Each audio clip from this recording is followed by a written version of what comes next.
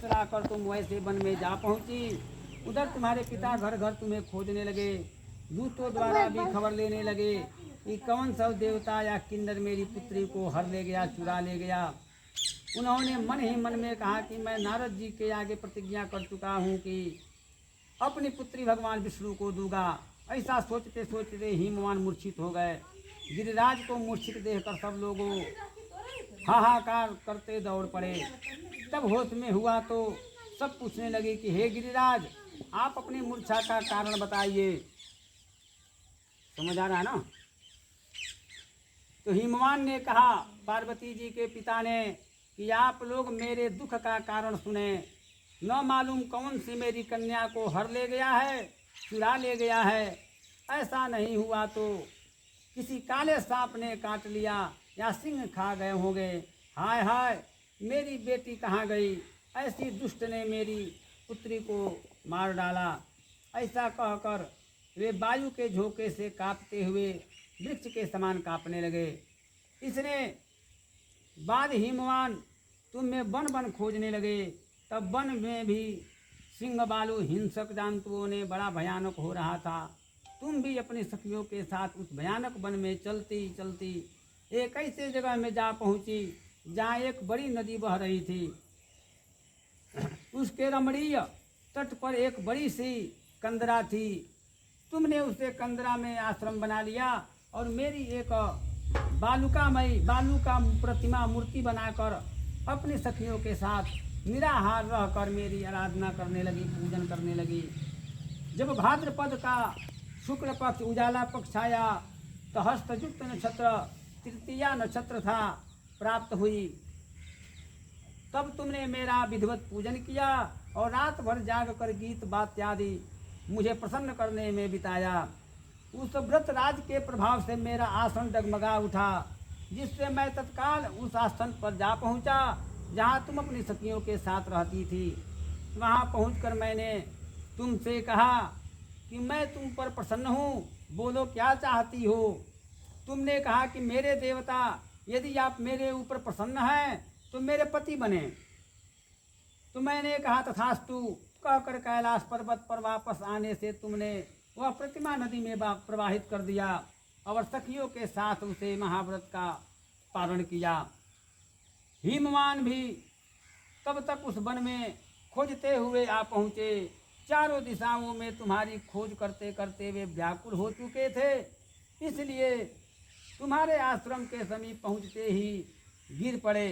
थोड़ी देर बाद उन्हें नदी के तट पर दो कन्याएं देखी।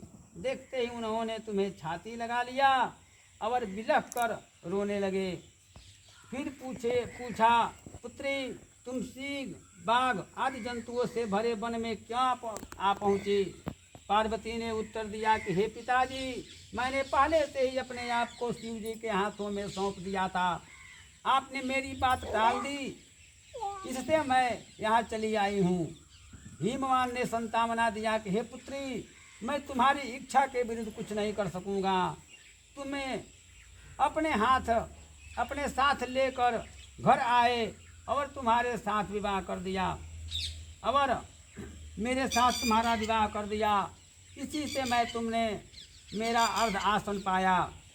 तब से आज तक किसी के सामने मुझसे व्रत प्रकट करने का अवसर नहीं प्राप्त हुआ। हे देवी, मैं यह बताता हूँ कि इस व्रतकालिका हरितालिका का नाम क्यों पड़ा? तुम सखियों के साथ हर ले गई थी, इसी से हरितालिका का नाम पड़ा। तब पार्वती जी ने कहा कि हे प्रभु, आपने नाम तो बताया और विधि भी बताइए कि इसका क्या पुण्य है और क्या फल है। यह व्रत कौन करे? शिव जी पार्वती जी से कहते हैं कि हे देवी, मैं स्त्री जाति की भलाई के लिए उत्तम व्रत बतलाया हूँ। जो स्त्री अपने सौभाग्य की रक्षा करनी चाहती हो वह यत्न पूर्वक इस व्रत को करें। पहले केले के खंभे आदि को सुशोभित कर एक सुंदर मंडप बनावें और रंग बिरंगे रेशमी कपड़े चादवा लगवा कर चंदन आदि सुगंधित द्रव्यों से पूजन करें। फिर एकत्रित होकर तरह तरह के मंगलाचरण करते हुए मंडप में पार्वती जी और शिव जी की प्रतिमा स्थापित करें और रोज दिन भर उपवास करके उसे सुशोभित फूल से मनोहर धूप दीप नाना प्रकार के भोग लगाकर रात रात को जागरण करें। इस प्रकार आचरण करने से और नमस्कार करें कि आपका सदा है नमस्कार है, ब्रह्मरूपिणी आपको नमस्कार है, हे जगद्धात्री आपका नमस्कार है, हे सिंह वाहिनी आपका नमस्कार है। संसार के भय को भयभीत कर मुझ दिन की रक्षा करो। इस कामना को पूर्ति के लिए मैंने आपकी पूजा की है।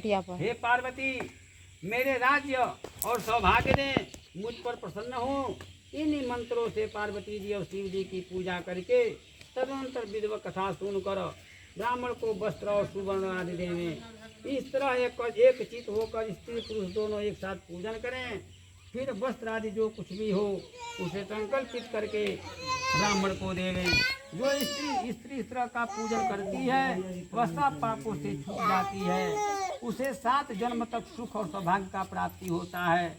जो स्त्री तृतीया तिथि का व्रत करके अन्न का भक्षण करती है 7 अंत में घोर नरक को जाती है। तीज को अन्न खाने से सूकरी, फल खाने से बंदरिया, पानी पीने से जोंक और दूध पीने से सांपिन और मांसाहार करने से बाघिन, दही खाने से बिल्ली और मिठाई खाने से चींटी, इन सब खाने से मक्खी होती है। उस रोज सोने से अजगरी और पति को धोखा देने से मुर्गी होती है। इसलिए हर स्त्रियाँ इस व्रत को अवश्य करें और सुवर्ण आदि देकर बांस के पात्र में भरकर ब्राह्मण को दें। बोलिए शिव जी भगवान की जय, माता पार्वती की जय, गणेश भगवान की जय, वरुण भगवान की जय, उमापति महादेव की जय, बाके बिहारी लाल की जय, सत्य सनातन धर्म की जय। जय कराए वीर बजरंगे हर हर महादेव। नमस्कार कर पूजन दिखा प्रजननम में सुध सबीर सर्वगणगुंसस्ते आत्मसनी प्रजासनी पशुसनी लोकसन्न भयसनी अग्नि प्रजाबहुलां मे करोतनम पयोरेतु असमा सुधत्त। ओम कर्पूरगौरम करुणावतारम संसारसारम भुजगेन्द्रहारम सदा वसंतम हृदयारविंदे भवं भवामी सहितं नमामि। अपने घर में दिखा लो। त्वमेव माता च पिता त्वमेव, त्वमेव बन्धुश्च सखा त्वमेव, त्वमेव विद्या द्रविडं त्वमेव, त्वमेव सर्वं मम देवदेवः। सेवन्तिकापकुलचम्पकपट्टलाब्जै पुन्नागजातकरवीररसालपुष्पै बिल्वप्रवालतुलसीदलमञ्जरीभिः त्वां पूजयामि जगदीश्वरि मे प्रसीद। नानासुगन्धिपुष्पाणि यथा कालोद्भमानि च पुष्पाञ्जलिर्मया दत्तो गृहाण परमेश्वर गृहाण परमेश्वरीम्। अनादिनिर्नो देवो शङ्खचक्र गदाधर देवश्चक्रातलितो प्रसवे अश्विनुर्बाहुभ्यां पुष्पहस्ताभ्यां कदलीगर्भसम्भूतं कर्पूरं तु प्रदीपितम् आरार्तिक्यमहं करवे पश्य मे वरदो भवः। आरार्तिक्यं प्रदर्शयामि। ओं भूर्भुवः गङ्गणपतये नमः भगवते साम्ब सदा शिवाय नमः। ओं त्र्यम्बकं यजामहे सुगन्धिं पुष्टिवर्धनम् उर्वारुकमिव बन्धनान् मृत्युर्मुक्षीयमामृतात्। सर्वाबाधा विनिर्मुक्तो धन्धान्यसुतान्वितः मनुष्यो मत्प्रसादेन भविष्यति न संशयः। गोड़ लागलो सबको जाकर गोड़ लागले आरती का। आरती गोड़ लगाओ, तुम गोड़ लगाओ, सबको गोड़ लगाओ। आरती को नमस्कार सब लोग कर लें।